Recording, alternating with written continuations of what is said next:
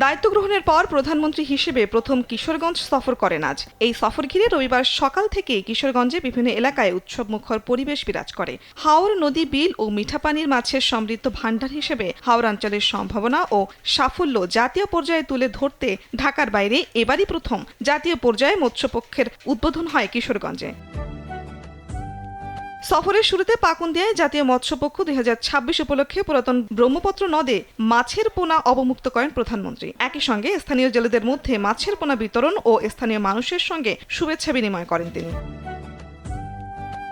প্রধানমন্ত্রী বলেন, কল্যাণমূলক রাষ্ট্র বিনির্মাণই বিএনপি সরকারের লক্ষ্য। যারা সরকারের উন্নয়নমূলক কাজ বাধাগ্রস্ত করবে, যারা রাজপথে বিশৃঙ্খলা করবে, তাদের রুখে দিতে হবে। দেশের স্বার্থের বিরুদ্ধে যারা কাজ করবে, যারা বিশৃঙ্খলা তৈরি করবে, optical brighter, photo catalyst, active granule সমৃদ্ধ বসুন্ধরা পাওয়ার ওয়াশ, যারা জনগণের স্বার্থে নেওয়া বিভিন্ন কর্মসূচি বাধাগ্রস্ত করবে, তাদেরকে জনগণের সকল শক্তি নিয়ে তাদেরকে প্রতিরোধ করবে।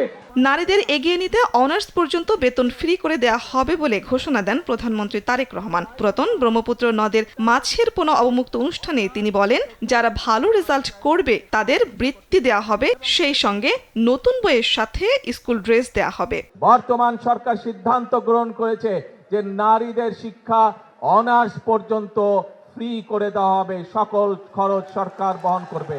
শুধু তাই নয়, এই কৃষক কার্ডের মাধ্যমে তাদের কাছে সার, বীজ, কীটনাশক ঔষধ আমরা পর্যায়ক্রমিকভাবে পৌঁছে দেওয়ার চেষ্টা করব।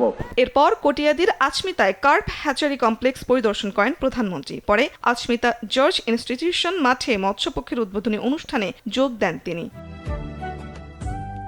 শারমিন পুতুল, নিউজ ডেস্ক, দেশ টিভি।